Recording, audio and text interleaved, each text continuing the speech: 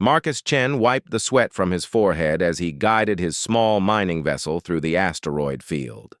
The scanner beeped steadily, tracking mineral deposits in the floating rocks around him.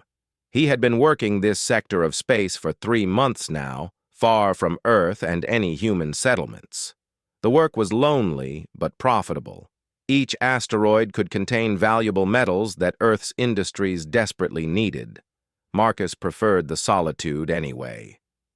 After his divorce 2 years ago, the quiet of space felt more like home than anywhere on Earth. His scanner suddenly erupted in a series of rapid beeps. Marcus frowned and checked the display. This wasn't a mineral signature. The readings showed something metallic, but artificial, a ship. "Computer, magnify Sector 7, Marcus commanded. The main screen zoomed in on a small vessel wedged between 2 asteroids. Its hull was torn open in several places, and no lights were visible. Marcus had seen plenty of wrecked ships in his time, but this design was unlike anything in the human fleet. The ship had smooth, organic curves instead of the angular designs humans preferred. Its hull shimmered with an iridescent quality, shifting between purple and green as his light swept across it. Alien. It had to be. Marcus hesitated. First contact protocols were clear. Report any alien encounters immediately and wait for military response. But the ship looked dead, and if there were survivors, they might not last until help arrived. He guided his vessel closer, scanning for life signs. The computer chirped once. 1 life sign detected, very weak. Marcus made his decision. He sealed his environment suit and prepared the airlock. Protocol could wait. Someone needed help. The journey across the void between ships took only minutes, but Marcus's heart pounded the entire time. Humans had discovered they weren't alone in the universe 20 years ago, but actual encounters remained rare. Most alien species kept to their own sectors of space. He entered through a gash in the hull, his magnetic boots clanking against the strange metal. The interior was a mess of twisted corridors and sparking panels. Marcus followed his scanner toward the life sign, moving carefully through the damaged ship. He found her in what looked like a control room.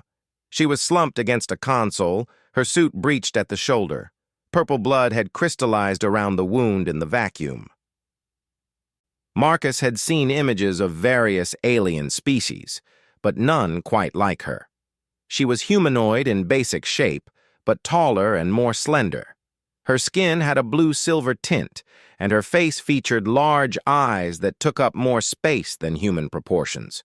No visible nose, just small slits, and her mouth was smaller than a human's.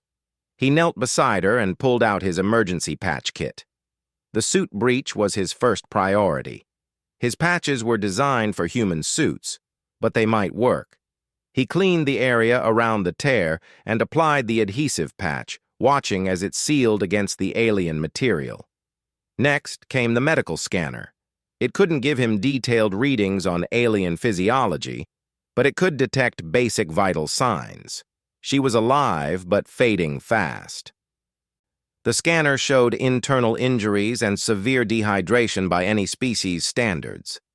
Marcus made another quick decision. His ship had a medical bay with universal stabilizers, drugs designed to work on a variety of biological systems. It was her only chance.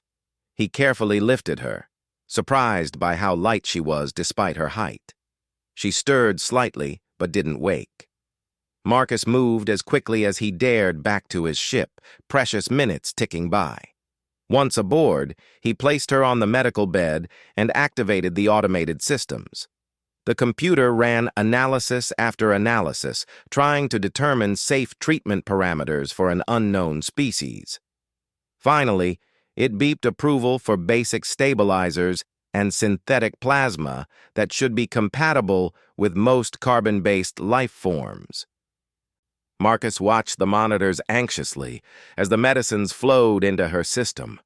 Her vital signs flickered, dipped dangerously low, then slowly began to stabilize. He let out a breath he didn't know he'd been holding. For the next 6 hours, he maintained a vigilant watch.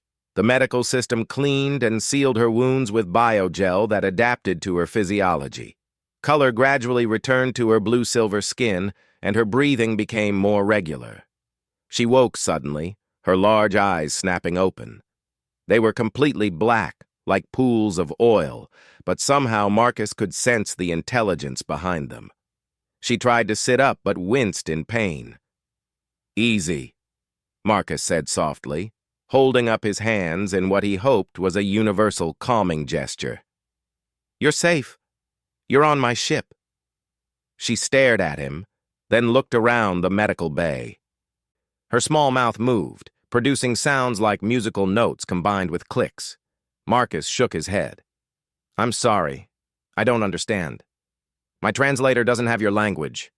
He pointed to himself. "Marcus, human." She watched him carefully, then pointed to herself.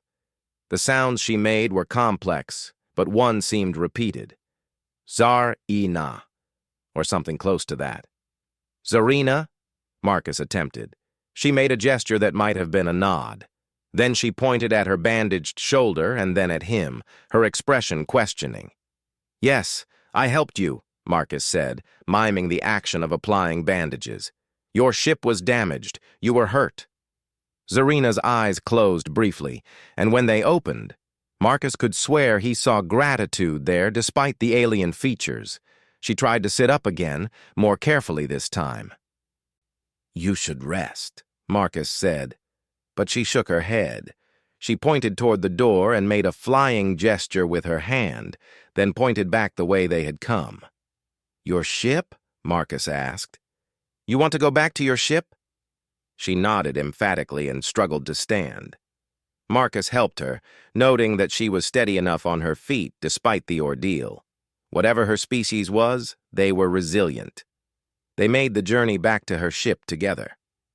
Zarina moved through the corridors with purpose, leading him to a section he hadn't explored.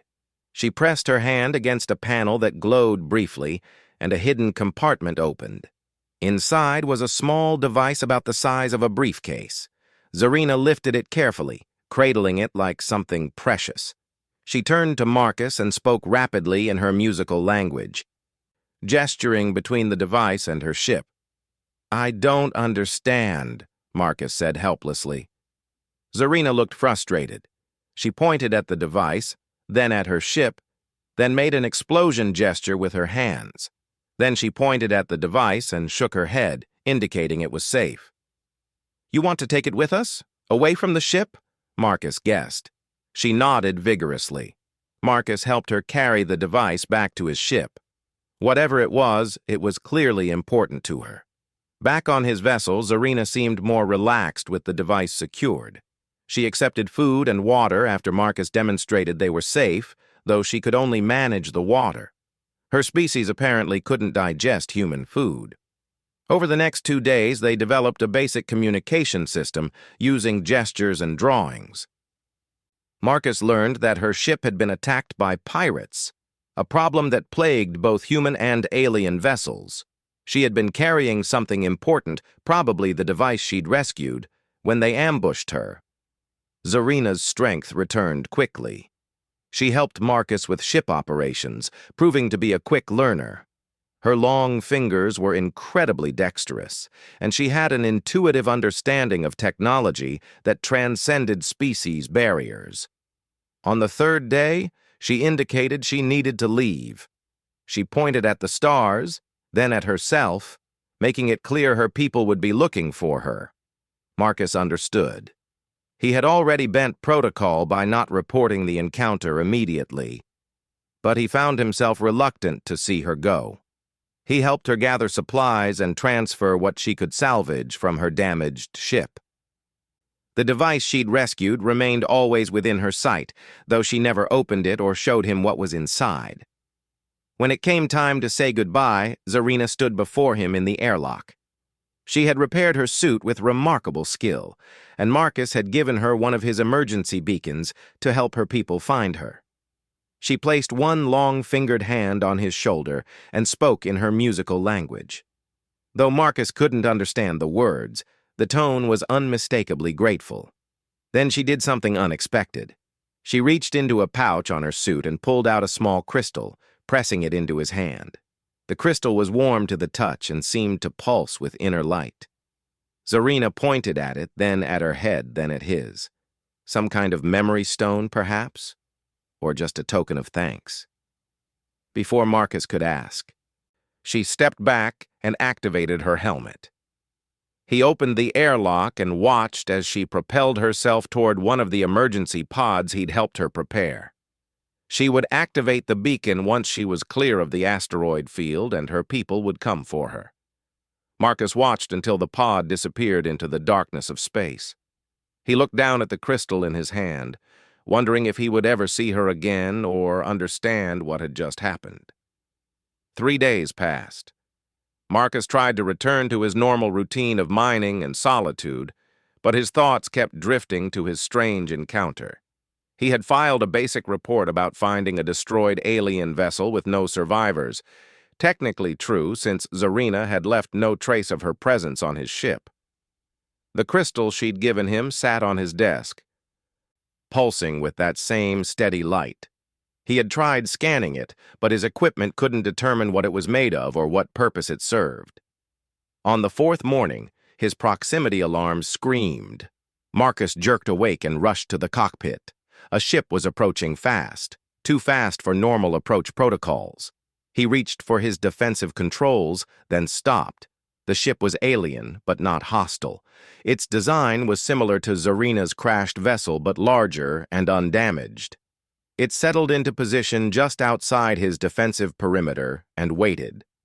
Marcus's communication system crackled to life. Instead of words, musical tones filled the cabin, the same kind Zarina had used. Then, surprisingly, broken human speech followed. "Marcus, human Marcus, I am Zarina. Permission to approach?" His heart leaped. "Zarina, yes, permission granted. Come aboard." The alien ship extended a docking tube that somehow adapted perfectly to his human airlock. Minutes later, Zarina stood in his cargo bay, but she wasn't alone. 2 other members of her species flanked her, and she carried a large container. All 3 wore form-fitting suits that looked far more advanced than anything in human space. Zarina had removed her helmet, revealing her face. She looked healthier, her blue-silver skin practically glowing. "Marcus," she said, and he realized she was speaking his language, though with a musical accent. "I return, with gift." "You learned English?" Marcus asked, amazed. She touched a small device at her throat. "Translation machine, very new, still learning." She gestured to her companions. "This is..." She made sounds he couldn't replicate. "My brother's in your word." The 2 aliens nodded in a very human gesture they must have learned. Zarina stepped forward with the container. "You saved life. My life. This is not enough thanks, but is all I can give." She set the container down and opened it carefully. Inside was another device, similar in size to the one she'd rescued from her ship, but different in design. This one was clearly meant for human use, with interfaces and controls adapted for human hands. "What is it?" Marcus asked. Zarina's small mouth, curved in what he had learned was her version of a smile. "Is translator, not just words. Understanding, true understanding." She picked up the crystal he'd left on the cargo bay's work table. "This was preview? Small taste?" She activated the device, and suddenly the crystal in her hand blazed with light. Marcus gasped as images flooded his mind. Not his memories, but hers. He saw her ship being attacked, felt her desperation as she tried to save her cargo. He experienced her pain from the injuries and her surprise at being rescued by an alien creature. But more than just memories came through. He felt the emotions behind them, her gratitude, her fear of dying alone in space, her wonder at finding kindness in an unexpected place. For a moment, he understood her not just as an alien, but as a person. The vision faded, leaving Marcus stunned. That's incredible. Is bridge, Zarina said, her translation device working to find the right words. Between peoples. My people make these. Very valuable. Very protected? But you showed kindness without knowing value. Without wanting reward. This is rare in Galaxy. One of her brothers spoke in their musical language, and Zarina nodded. He says I tell you, device is programmed for you only. Your, she touched her head, brain pattern will not work for others without your permission. Is safe. Marcus looked at the device with new appreciation. A translator that could convey not just words but meaning, emotion, understanding. The implications were staggering. I can't accept this, he said. It's too valuable. You don't owe me anything. Zarina made a gesture he had learned meant disagreement. Life has no price, but more than life you gave dignity, respect, treated me as person, not alien curiosity. This is worth more than device. She reached out and touched his hand briefly, her cool fingers gentle against his skin. Also, is not just gift, is investment in future. My people want to know humans better. You showed us humans can be trusted. Device will help build bridges. Marcus understood. This wasn't just a thank you, it was the first step in establishing better relations between their species. He had accidentally become an ambassador. How does it work exactly? He asked. Zarina brightened, clearly pleased by his interest. She spent the next hour explaining the device's functions with her brother's help. It could facilitate communication between any species whose brain patterns had been recorded. It could share memories and emotions when both parties consented. Most importantly, it could help prevent the misunderstandings that often led to conflict between different species. Your government will want this technology, Marcus said. Yes, in time. But first we wanted you to have. You earned trust. She made their gesture for smiling again. Also, device has bonus function. Can locate other devices like it. If you need help, if you need friends among stars, activate distress function. We will know. Marcus felt overwhelmed. A week ago, he had been just another lonely miner in an empty sector of space. Now he held the key to better interstellar communication and had friends among the stars. Before they left, Zarina showed him one more thing.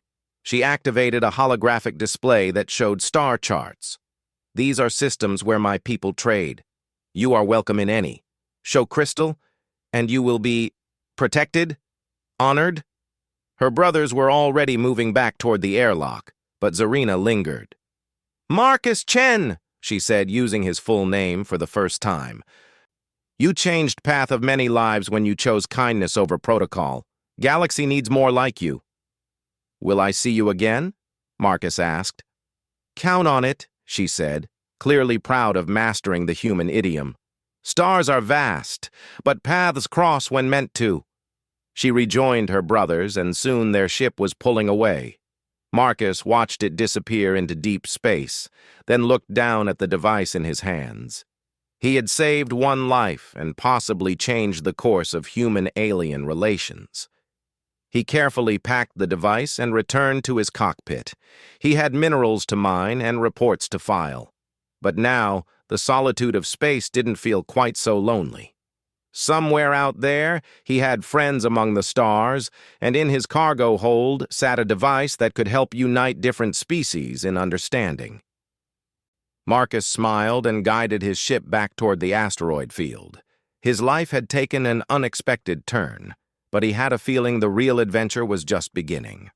The crystal on his desk pulsed with warm light, a constant reminder that even in the vast darkness of space, connections could be made across impossible differences. 6 months had passed since Marcus's encounter with Zarina. The translation device sat in a secure case in his quarters, used only a handful of times when he encountered other miners who spoke different Earth languages.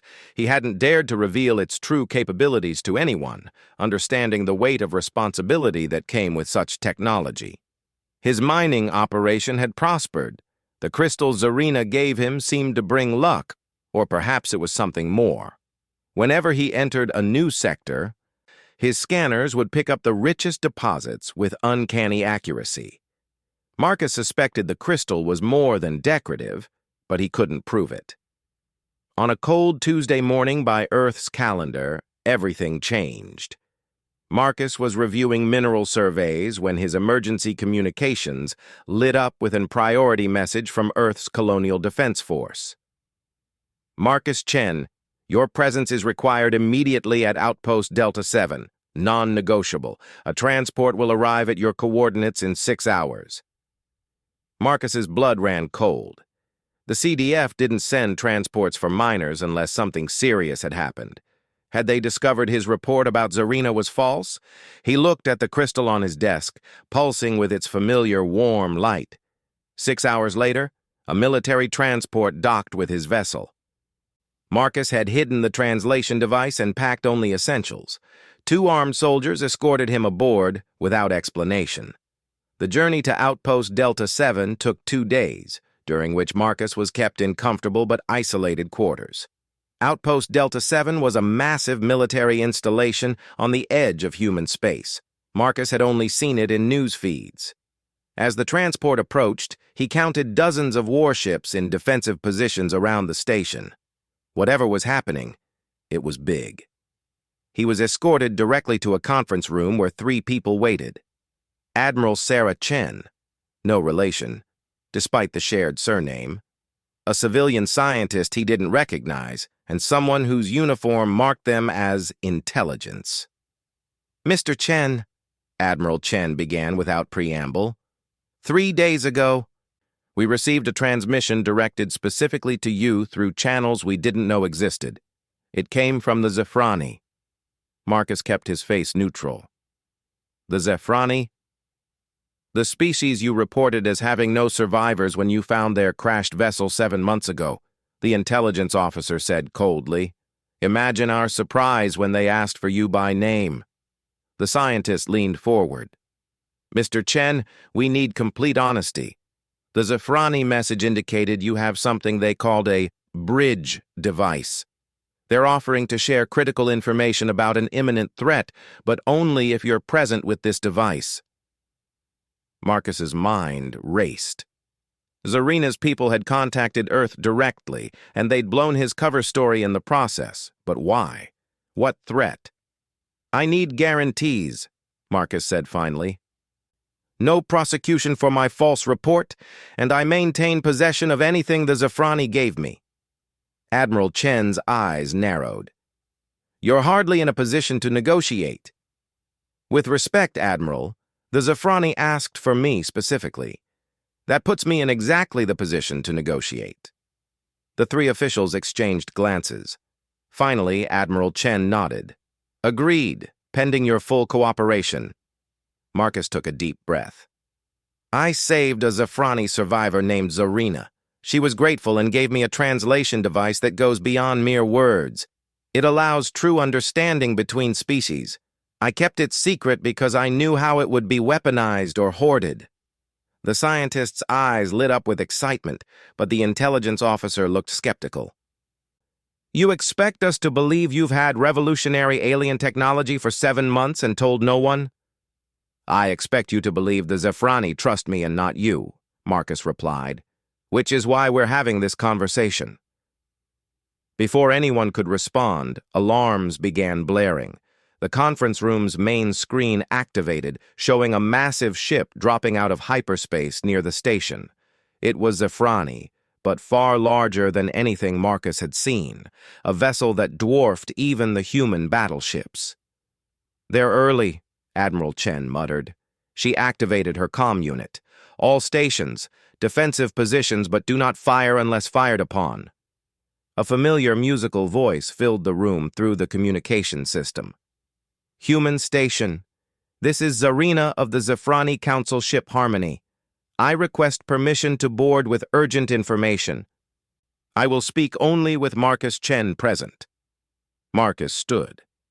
Admiral, I need my device.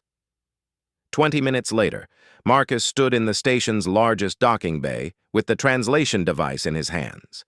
The Zafrani shuttle that emerged from the massive ship was elegant and organic in design, seeming to flow rather than fly through space.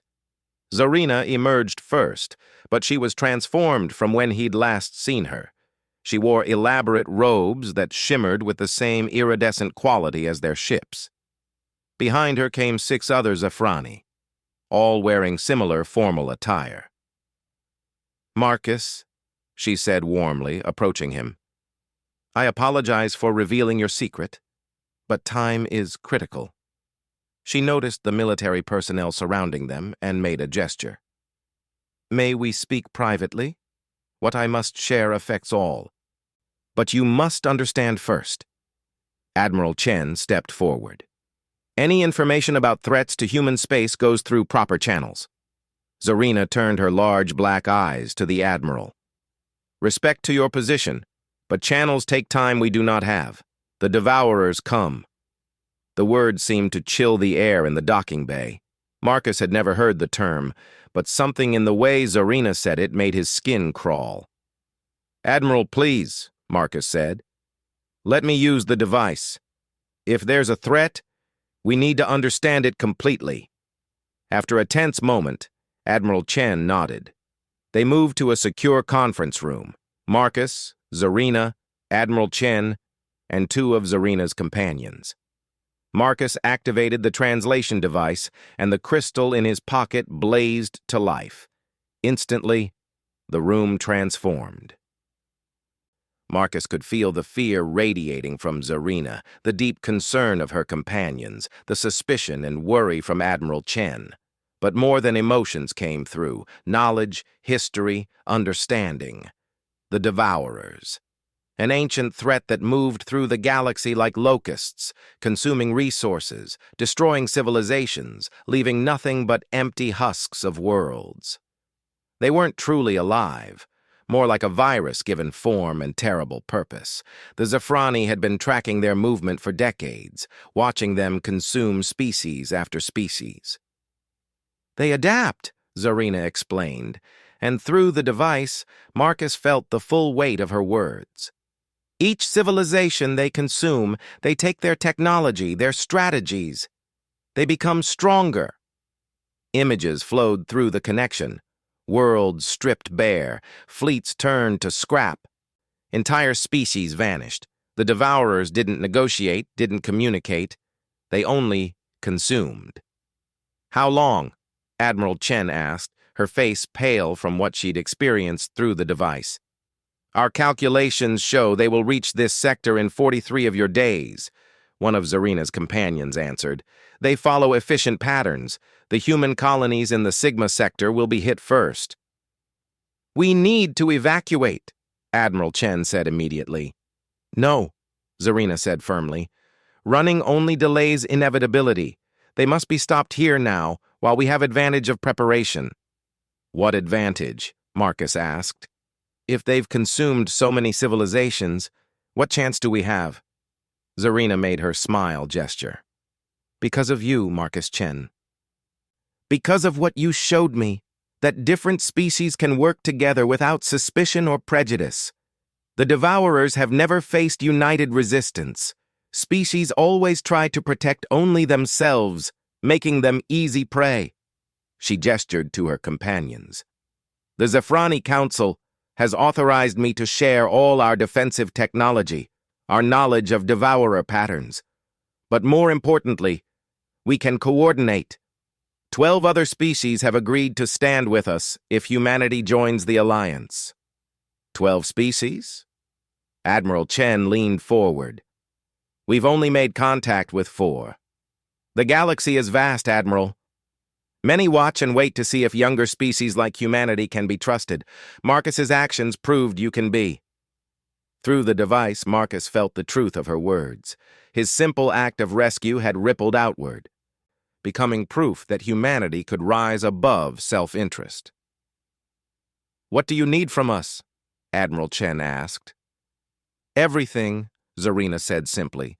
"Your ships, your soldiers, your resources, but also your creativity. Humans think differently than other species. Your chaos might be the edge we need. Over the next 6 hours, Zarina and her team shared everything they knew. The translation device made the transfer of information seamless. Complex tactics, technical specifications, behavioral patterns of the Devourers all flowed between minds with perfect clarity. The Devourers operated in 3 waves: scouts that analyzed defenses, harvesters that stripped resources, and finally the consumers that broke down all remaining matter for transport. They communicated through a hive mind structure that made them incredibly coordinated but potentially vulnerable to disruption. No one has ever destroyed a Devourer command node, Zarina explained. But if we could, theory suggests it would disable an entire fleet segment. Admiral Chen studied the tactical displays.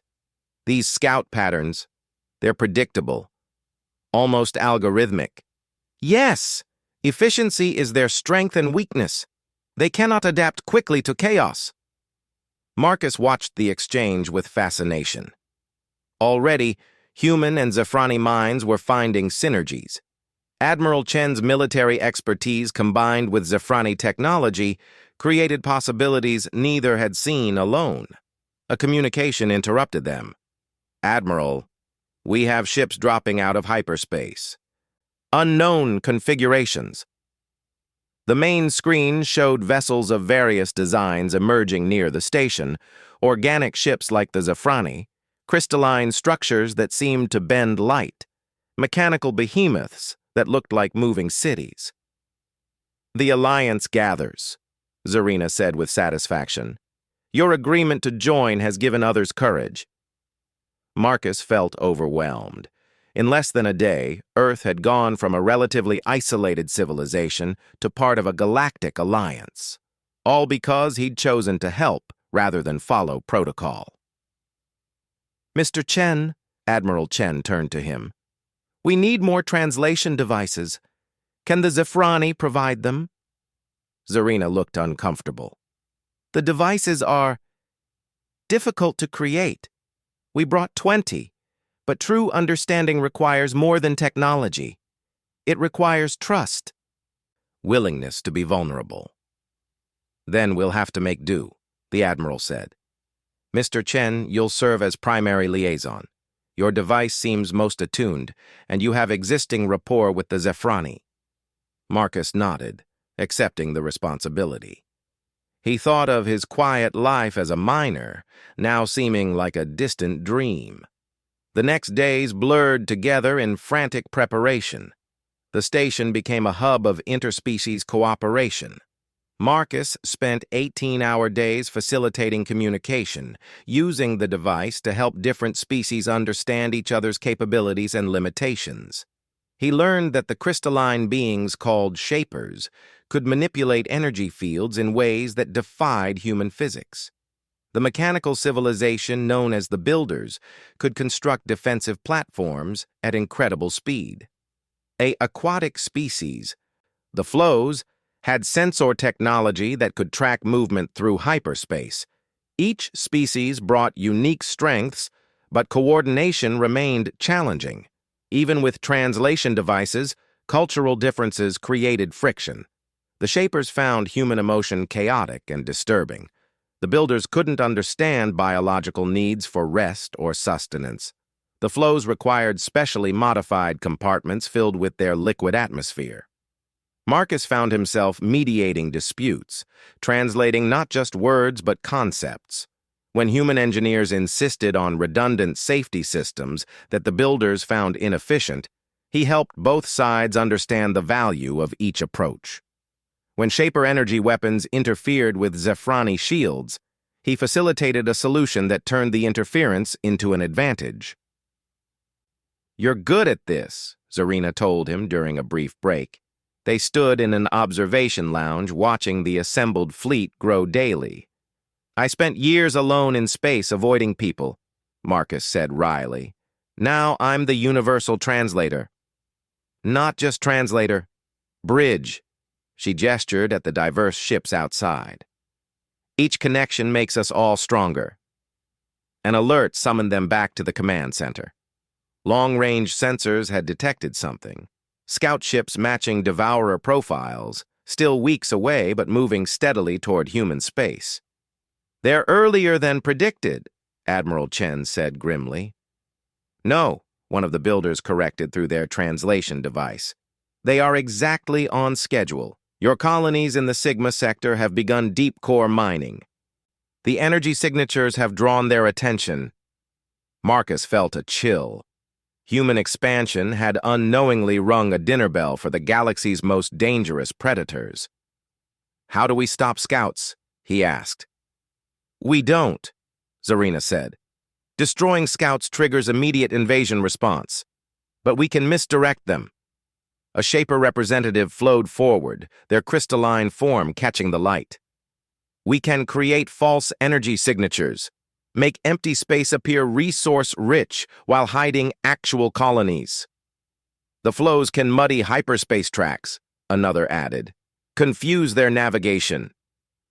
Ideas bounced between species, each building on the others. The diversity that had seemed like weakness was becoming strength. Where one species saw impossibility, another saw opportunity. Marcus activated the translation device to its fullest capacity, letting all present feel the growing synergy. Fear remained, but underneath it grew something else. Hope. For the first time in galactic history, species weren't facing the devourers alone. "We need a command structure," Admiral Chen announced. "Joint leadership representing all species."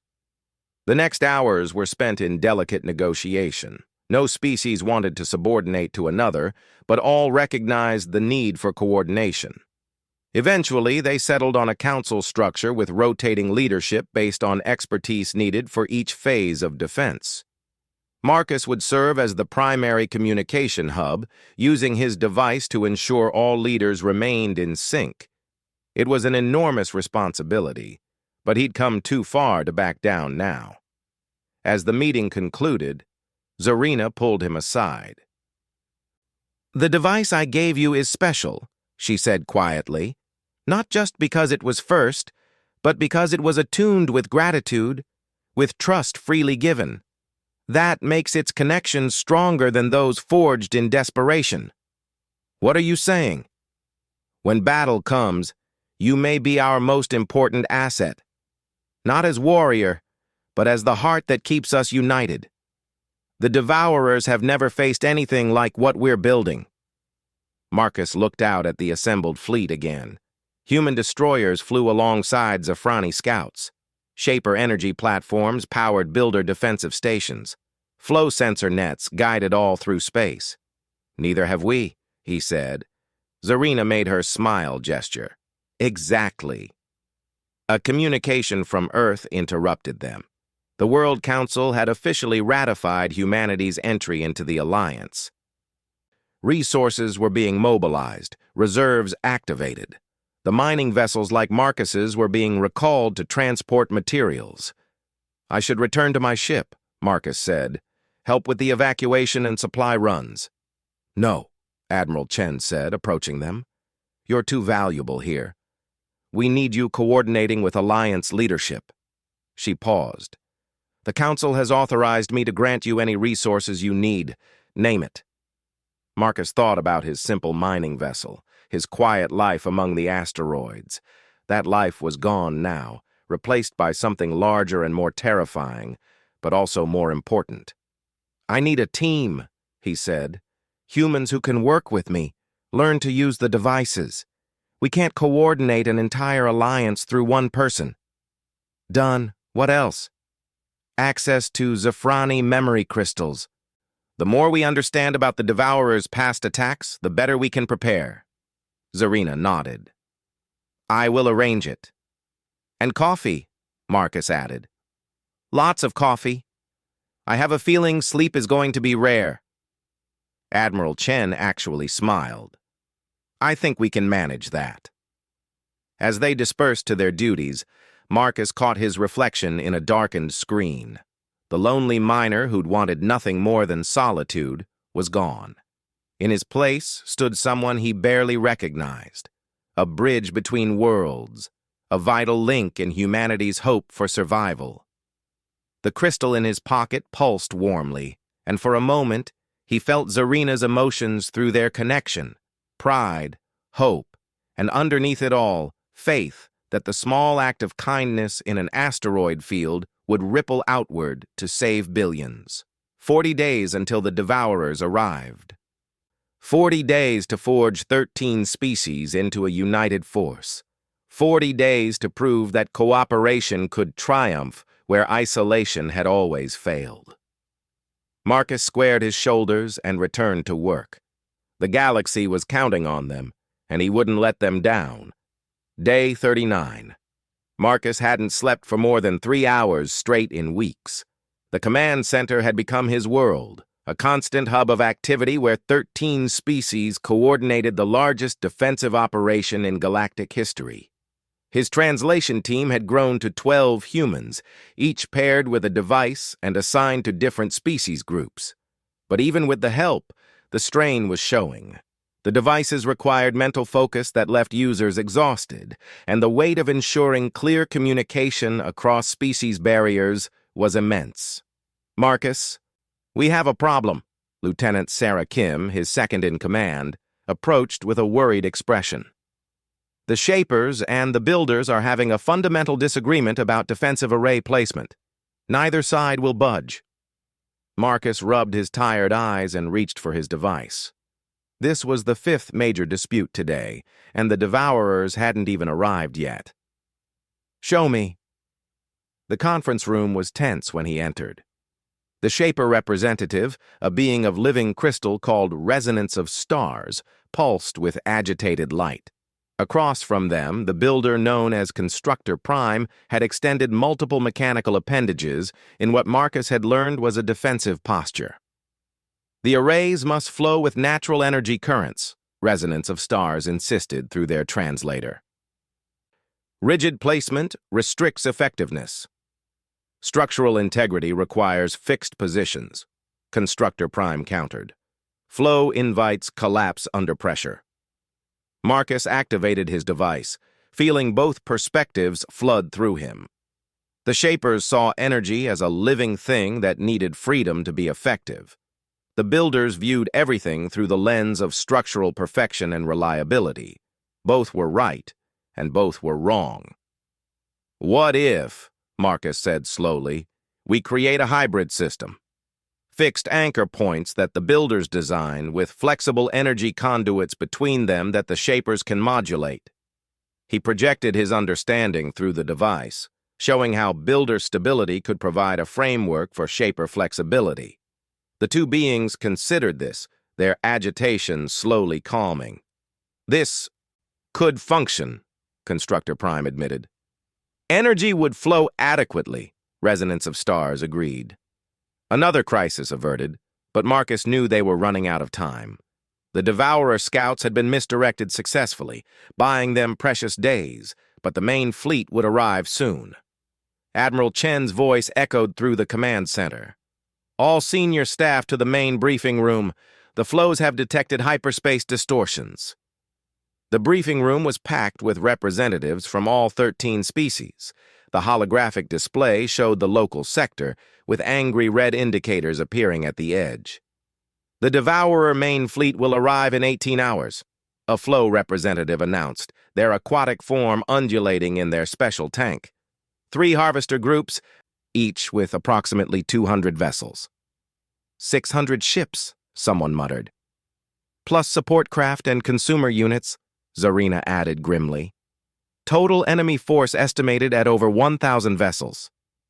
The Alliance had assembled 800 ships, plus defensive platforms and the secret weapon they'd been developing.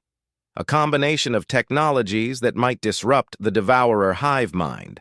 Might being the operative word. "Formation plans?" Admiral Chen asked. Marcus watched as the holographic display updated with defensive positions. The plan they'd developed was complex, relying on each species' strengths. Human ships with their redundant systems would form the primary battle line. Zafrani scouts would provide early warning and harassment. Shaper energy platforms would create defensive barriers. Builder constructs would repair damage in real time. "The virus is ready," Dr. Elizabeth Warren, Earth's leading xenotechnology expert, announced. "But we need to get it directly into a command node."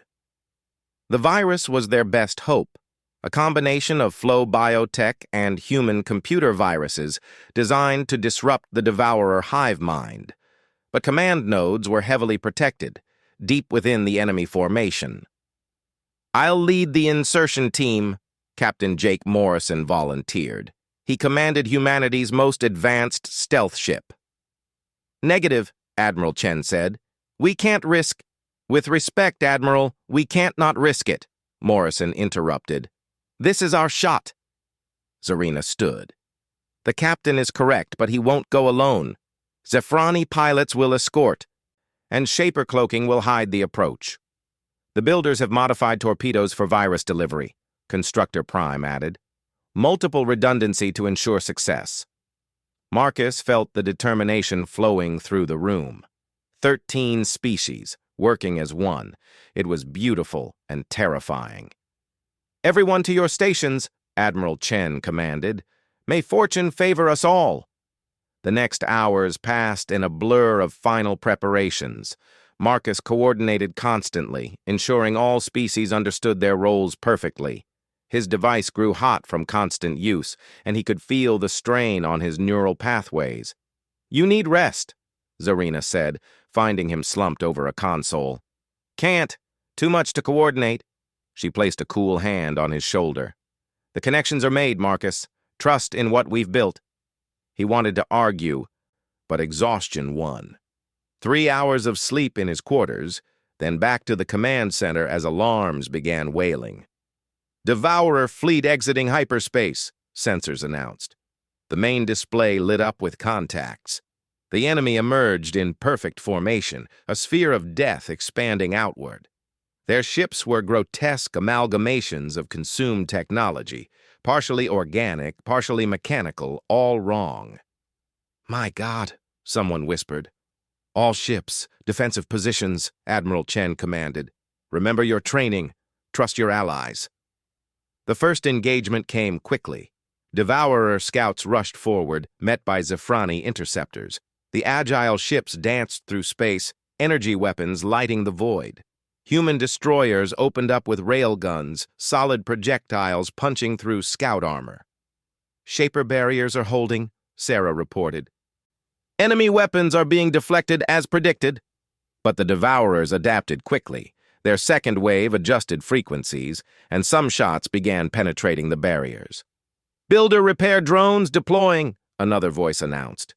"Damage control in effect."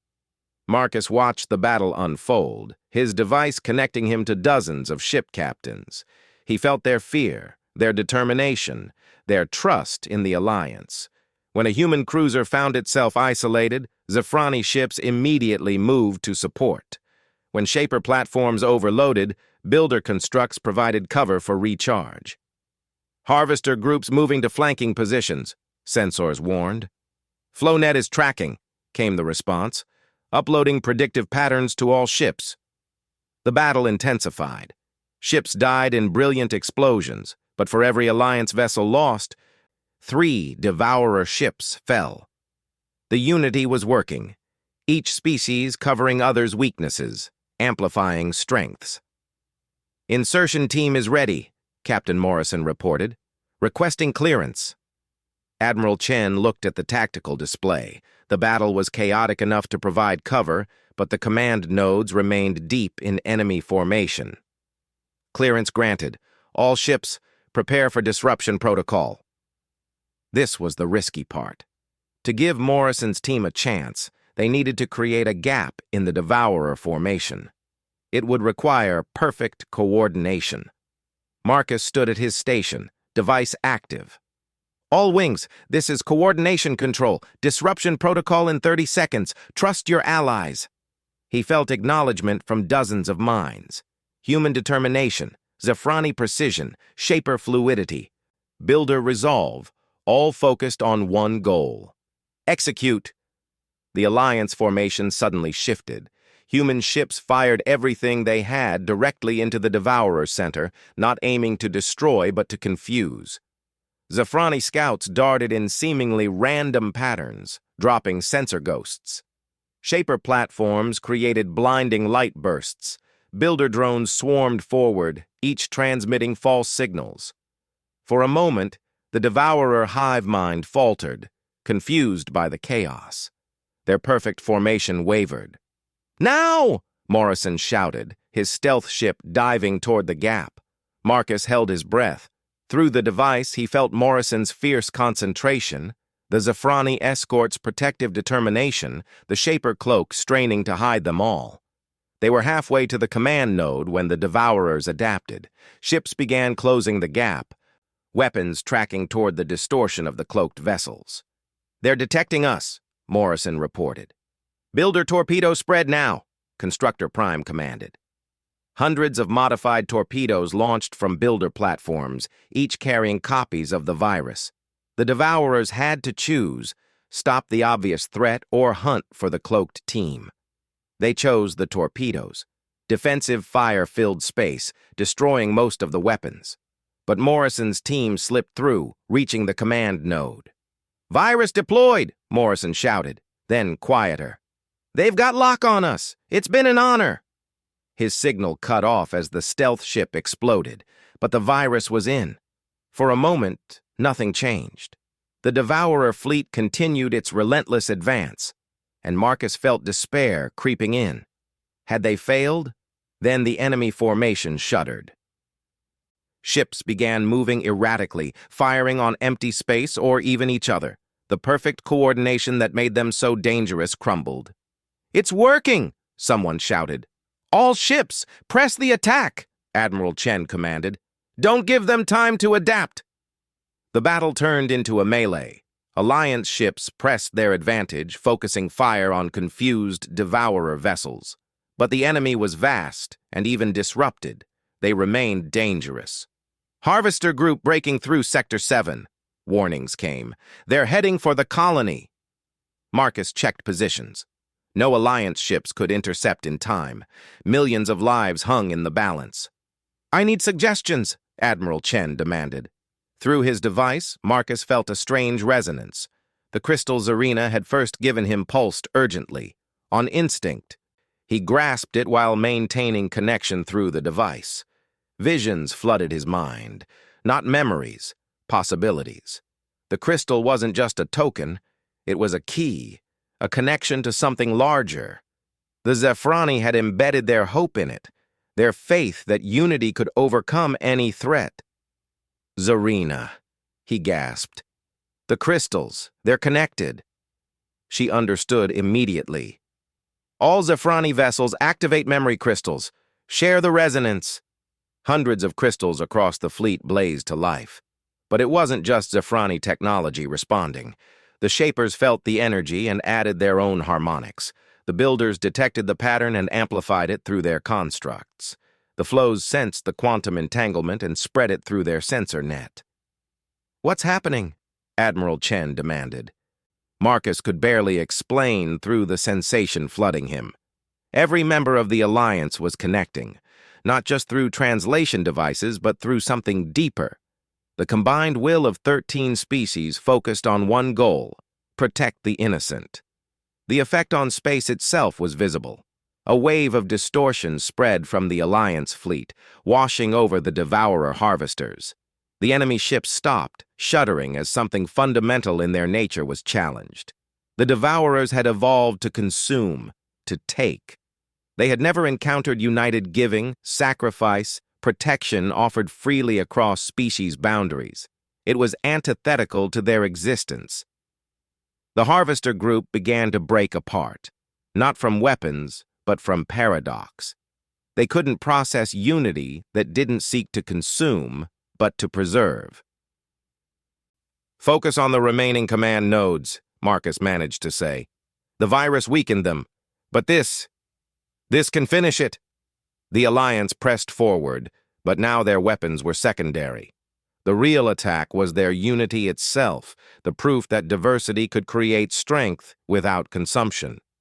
One by one, devourer ships fell silent. Some self-destructed, unable to reconcile their nature with what they faced. Others simply stopped, hanging dead in space. The battle turned into a rout. Devourer vessels fled into hyperspace, their hive mind shattered, their assumption about the nature of life challenged fatally. "They're retreating!" Celebrations erupted across the fleet. But Marcus felt something else through the connections. Not all the devourers had fled or died. Some had changed. Their grotesque amalgamated forms were shifting, trying to become something new. "Hold fire on the dormant vessels," he urged. I think they're trying to transform." It took hours for the full scope of victory to become clear. The devourer fleet was broken, scattered. The colonies were safe. But more importantly, they had proven something the galaxy had thought impossible. 13 species, working as one, Admiral Chen said in wonder. "We didn't just win a battle. We changed the rules of survival." In the days that followed, the Alliance worked to understand what had happened. The combination of the virus and the Unity resonance had broken the devourer hive mind. But more than that, it had offered them something they'd never conceived, a different way to exist. Some devourer ships that had survived were slowly transforming, trying to adapt to Unity without consumption. It would be a long process, carefully monitored, but it offered hope that even the galaxy's greatest threat could change. Marcus stood in the observation lounge where he'd talked with Zarina before the battle. She joined him, looking out at the Alliance fleet now mixed with refugee ships from species the Devourers had driven from their homes. "Your gift saved us all," Marcus said, touching the crystal that still pulsed with warm light. "No," Zarina corrected gently. "Your choice to help a stranger saved us all.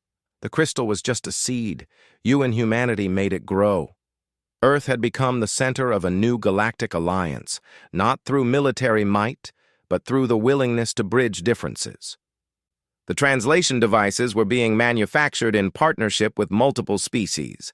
Plans were underway for joint colonies, shared research, cultural exchanges that would have been impossible before. "What's next?" Marcus asked. "We rebuild," Zarina said. "We help those who lost homes to the Devourers. We strengthen the bonds between species, and we prepare. For what? For whatever comes next. The galaxy is vast, Marcus Chen. Who knows what other challenges await? But now we face them together." Marcus nodded, feeling the weight and hope of that truth. He'd started as a lonely miner trying to avoid the universe. Now he stood at the heart of something unprecedented, a true galactic community built on trust and mutual aid. His communication device chimed with a message from the newly formed Alliance Council. They were offering him a permanent position as Chief Integration Officer, responsible for facilitating connections between species. "You'll accept?" Zarina asked, though her tone suggested she already knew the answer. "How could I not?" Marcus smiled. "Though I might need a vacation first. A quiet asteroid somewhere just for a few days." Zarina made her smile gesture. "I know just the place. Excellent minerals, very peaceful. Only one thing?" "What?" "Sometimes distressed ships pass through the area, the kind a lonely miner might feel compelled to help." Marcus laughed, really laughed for the first time since this all began. "Then it's perfect." As they watched the fleet disperse to spread news of victory and hope across the galaxy, Marcus reflected on the strange journey that had brought him here. One act of kindness, one choice to help rather than follow rules, had changed everything. The crystal in his pocket pulsed steadily, no longer just a gift, but a symbol of what was possible when different species chose connection over isolation. The galaxy would never be the same. And somewhere in the void, former devourer ships struggled with their transformation, learning slowly that existence could mean more than consumption. Even the darkest parts of the galaxy could be touched by light, if that light came from Unity. Marcus Chen, former miner, reluctant hero, bridge between worlds, looked out at the stars and smiled.